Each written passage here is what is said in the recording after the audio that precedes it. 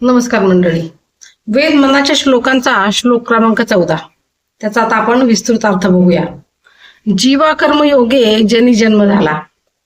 ब्रह्मदेवाने विश्वाची निर्मिती केली आणि त्याने प्रजेला सांगितले की निरपेक्षतेने वाट्याला आलेली कर्मे करा, म्हणजे तुमचा येथील काळ आनंदात जाऊन शेवटी तुमचा उद्धार होईल. सुरुवातीला असे होतही होते, पण पुढे माणसाची बुद्धी फिरली. तो केलेल्या कर्मातून फळाची अपेक्षा करू लागला. कधी कधी तर केलेल्या कर्माच्या तुलनेत तो अधिकच्या फळाची अपेक्षा करू लागला. कधी कधी तर केलेल्या कर्माच्या तुलनेत तो अधिकच्या फळाची अपेक्षा करू लागला आणि पापाचा धनी होऊ लागला. कर्मयोगाच्या नियमानुसार कर्म केले की फळ मिळतेच. अर्थात चांगल्या कर्माचे चांगले आणि वाईट कर्माचे कटू फळही मिळते आणि ते भोगण्यासाठी पुन्हा जन्म मिळतो. म्हणूनच समर्थ पुढील श्लोकात असं म्हणतायत की जीवा कर्मयोगे जनी जन्म झाला, परी शेवटी काळ मुखी निमाला.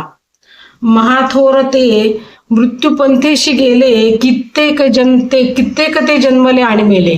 श्लोक क्रमांक 14.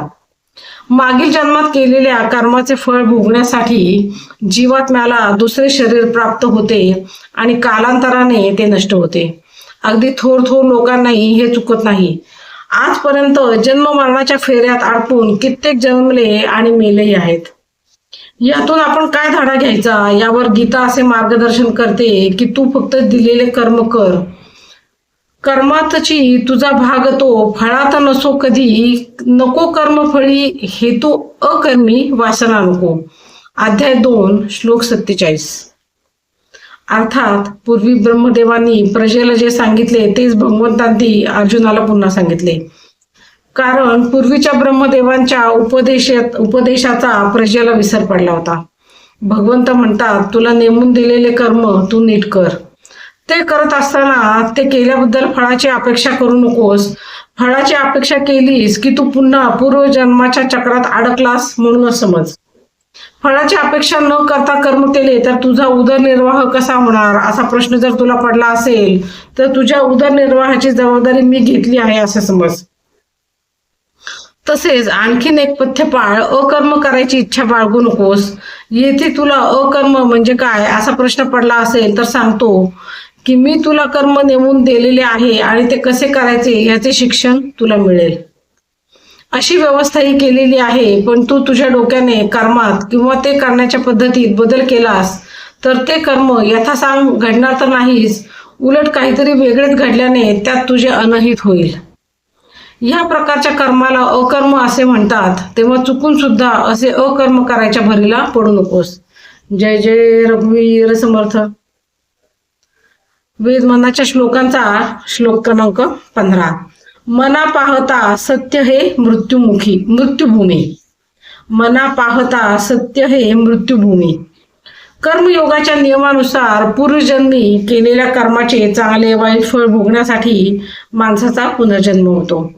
याचाच अर्थ असा आहे की जर त्याने ह्या जन्मी कोणतीही अपेक्षा न करता वाट्याला आलेले कर्म केले तर त्याच्या खात्यात पाप किंवा पुण्य जमा होणार नाही. मागील जन्मी केलेल्या कर्माचे चांगले वाईट भोग भोगून झाले की त्याचे भोगाचे खाते निरंक होते. त्यामुळे त्याचा पुनर्जन्म होत नाही. पुनर्जन्म टाळण्याच्या या सोप्या युक्तीकडे दुर्लक्ष करून मनुष्य जन्म मृत्यूच्या चक्रातून पुन्हा पुन्हा फिरत राहतो. याचे कारण म्हणजे मायेच्या प्रभावात असल्यामुळे त्याला स्वतःच्या कर्तृत्वाचा फार अभिमान वाटत असतो. मी श्रेष्ठ असून मला कशाची भीती नाही असा त्याचा ठाम समज असतो. त्याचा हा समज दूर करण्यासाठी समर्थ पुढील श्लोकात असं म्हणतायत की मना पाहता सत्य हे मृत्यूभूमी, जिता बोलती सर्वही जीव मी. चिरंजीव हे सर्वही मानिताती, अकस्मात सांडुनिया सर्व जाती. श्लोक क्रमांक 15. तर मंडळी, ह्याचा अर्थ असा आहे की इथे प्रत्येकाला कधी ना कधीतरी मरण येणार आहेच, परंतु त्या वस्तुस्थितीकडे दुर्लक्ष करून आपण जणू काही अमरपट्टा घेऊन आलो आहोत अशा आविर्भावात सर्वजण वावरत असतो. प्रत्येकाच्या तोंडी मीपणाचा अतिरेक डोकावत असतो. त्याच्यामुळे माझ्यामुळे सर्वांचे भले होत आहे, मी आहे म्हणून अमुक झालं, मी नसतो तर त्याचं कठीण होतं, अशीच प्रत्येकाची भाषा असते. पण प्रत्यक्षात काय घडतं, मंडळी, तर असे बोलणारे अकस्मात कधी मरतात हे त्यांना सुद्धा कळत नाही.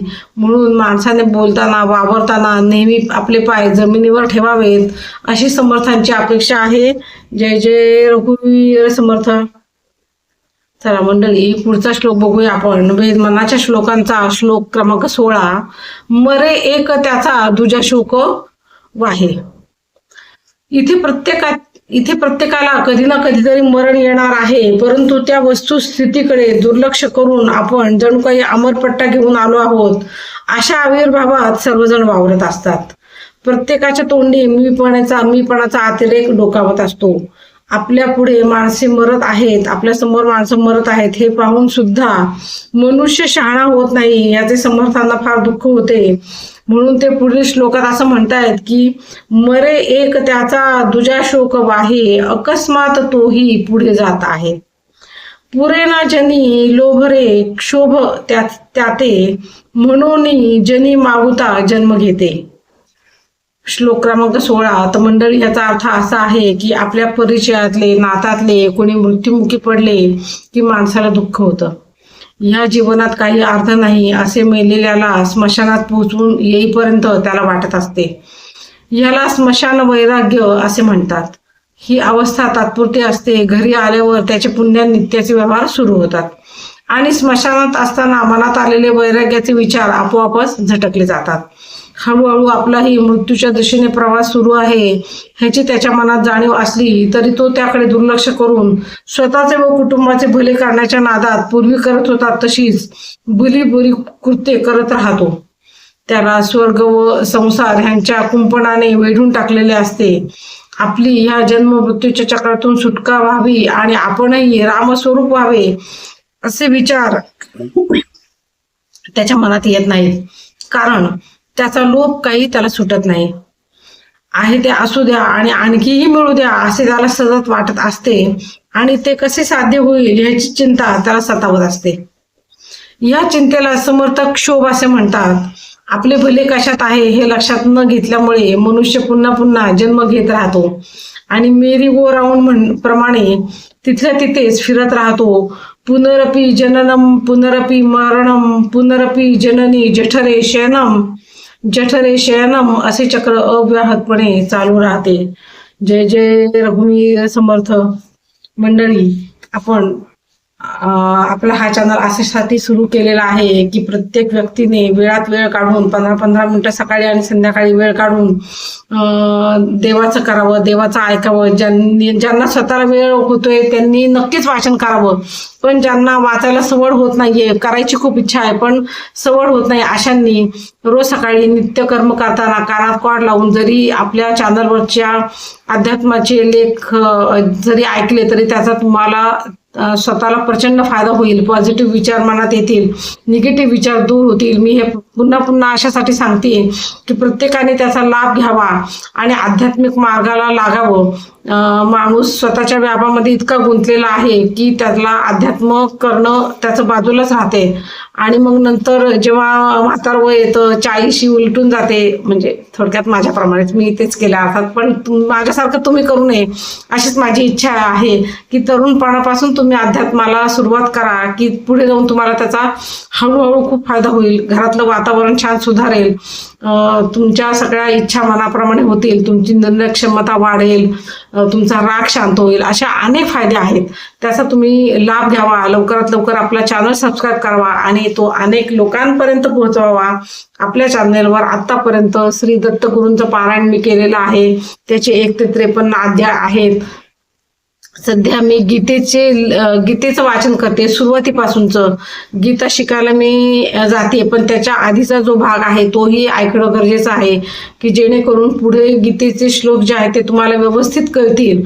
तर त्यासाठी आपल्या आणि मनाचे श्लोक तर आता मी त्याचे विस्तृत अर्थ सांगतेच आहे, ते सुद्धा तुम्ही तुमच्या मुलांना युट्यूबला मोठ्या आवाजात लावून ऐकायला सांगा की नवीन पिढी छान सुसंस्कृत होईल. तर असे अनेक फायदे आहेत. त्यासाठी आपल्या चॅनलला लवकरात लवकर सबस्क्राईब करा आणि अनेक लोकांपर्यंत शेअर करा. त्याचा मला स्वतःलाही फायदा होईल, तुम्हालाही होईल, मलाही छान वाटेल, तुम्हालाही छान वाटेल. धन्यवाद.